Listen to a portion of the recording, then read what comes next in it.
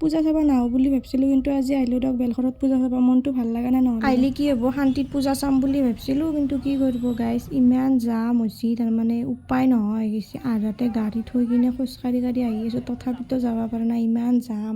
আহি কিবাকে গেটখন পালোঁ, এতিয়া চিন্তা বা কিট থকা ডেক'ৰেশ্যন কৰিছে, কি বম লাগছে দেখছি না। মই আৰু নাহা মানুহটোৱে আজি আহিলোঁ নাহোকে চবৰে ষ্টেটাছ চাই কিবা বৰ ভাল লাগছে, ইমান ধুনীয়া ধুনীয়া জাগাত ফটো উঠি আছে, মোৰো ইচ্ছা গৈছে আহিবা, সেইকাৰণে আহিলোঁ।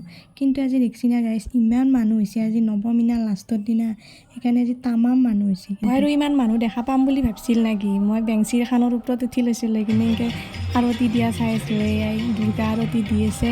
কথাৰ মাজতে আপোনালোকক মুখখন দেখাই নাই ময়ে দিয়ক এইটো, মই আজি চিম্পুলকৈ আহিছোঁ একদম। ইফালেতো যাবাই নোৱাৰি বাপ্পা ঐ, যি যাম নাযাওঁ দৰকাৰ পাই চাইছোঁ। সৰুৰ পৰাই ডাঙৰ হ'লোঁ পূজা চাবা আহি ইটানো আৰু পূজা চাবা কেনেকৈ নাহাকৈ থাকোঁ কওকচোন। ভাবিলোঁ আই লাভ বেলঘৰৰ কাষত এটা ফটো উঠোঁ, কিন্তু কি কৰিব মানুহে নুগুচে তাৰ পৰা নুঠলোঁ দিয়ক ফটো। ঘৰত যাম বুলি ভাবিছিলোঁ, দেখছি না বাপ্পা ঐ কি যাম হৈছে দেখছি না, যাওঁতেও যাম দিয়ক, শান্তি নাই দিয়ক, তাতে 2 ঘণ্টামান এনেকৈ ৰখি জামুৰ পাই ওলালোঁ দিয়ক। এতিয়া জাগৰাজ চকত কিবা খাম বুলি বহিছোঁ, ৰ'ব অলপমান খাই লৈ ঘৰত। এতিয়া বৰ্তমান বাজিল 11:30, তো মই খাই লৈ ঘৰত যাম, আপোনালোককো বাই দিলোঁ।